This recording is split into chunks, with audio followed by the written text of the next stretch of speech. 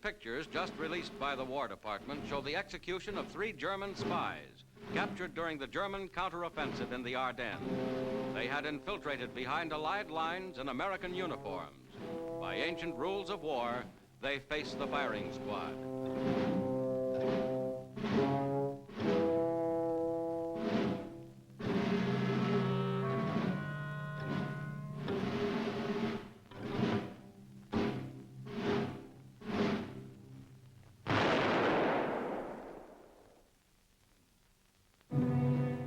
At Bruchsal prison in Germany, American military police bring Johannes Seipel to the gallows.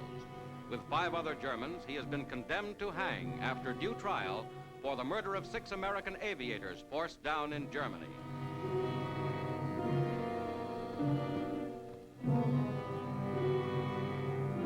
Friedrich Wüst, another of the gang who took the American prisoners of war away from their military guards to beat and kill them.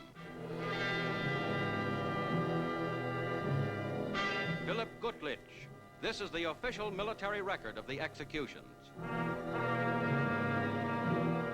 Joseph Hartgen, leader in the murders, is executed last.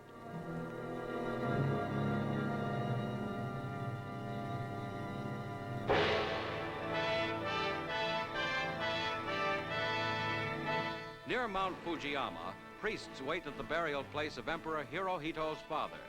The emperor comes to report to his ancestors on the defeat of Japan. This visit, made only with General MacArthur's permission, is part of Japanese religious custom. The emperor wears semi-civilian court dress as he mounts to the great domed mausoleum. His mission is to explain the presence of American soldiers on Japan's soil. Hirohito's last previous visit was to report the Pearl Harbor attack. Today, his ancestors learn of Japan's utter defeat.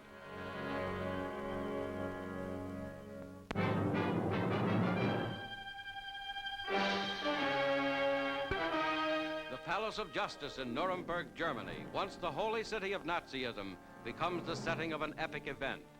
Here, under the vigilant eyes of Allied military police, the 20 most important surviving members of the Hitler gang go on trial.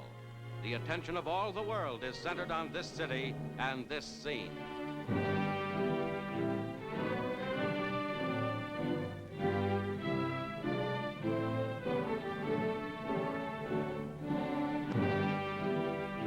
High representatives of France, Britain, America, and Russia form the tribunal.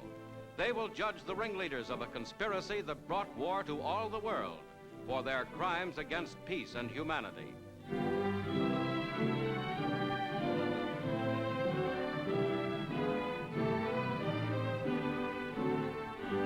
Earphones connected with an elaborate translating system enable judges, lawyers, defendants, and spectators to follow the trial in German, French, Russian, or English.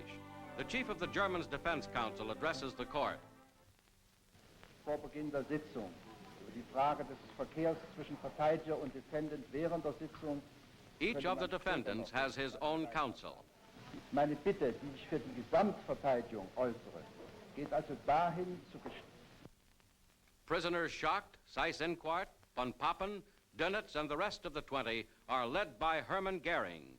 On trial for their lives, they seem less than supermen, especially Rudolf Hess, who at first tried to persuade Allied doctors that he is insane. Britain's Lord Justice Lawrence addresses the defendants. To plead guilty or not guilty to the charges against them. They will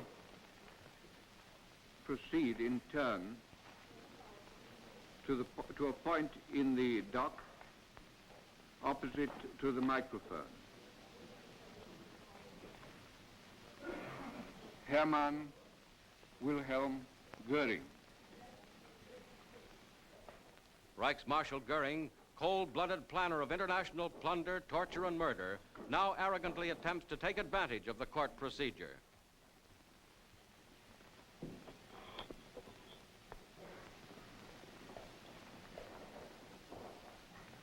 Bevor ich die Frage des Gerichtshofes beantworte, ob ich mich schuldig oder nicht schuldig bekenne,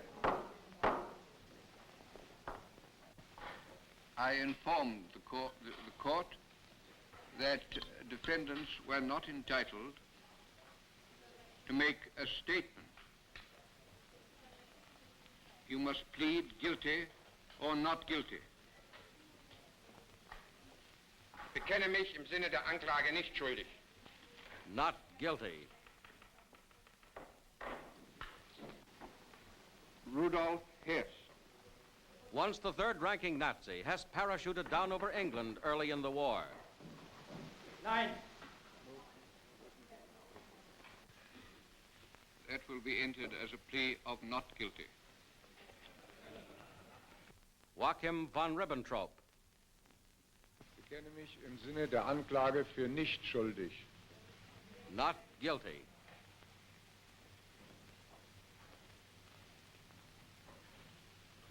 Wilhelm Keitel.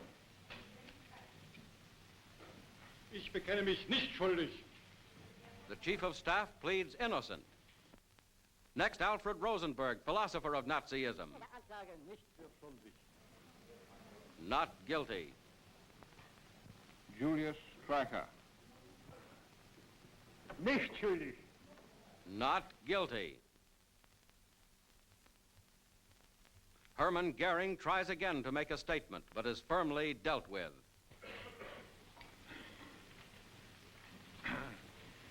You are not entitled to address the tribunal except through your counsel at the present time. United States Supreme Court Justice Robert H. Jackson opens the prosecution's case. The privilege of opening the first trial in history for crimes against the peace of the world imposes a grave responsibility. The wrongs which we seek to condemn and punish have been so calculated, so malignant and so devastating that civilization cannot tolerate their being ignored because it cannot survive their being repeated. That four great nations, flushed with victory and stung with injury, stay the hand of vengeance and voluntarily submit their captive enemies to the judgment of the law is one of the most significant tributes that power has ever paid to reason. Documented in full from thousands of sources and attested to in the blood and suffering of millions, the case of the United Nations against Nazi Germany's leaders moves ahead.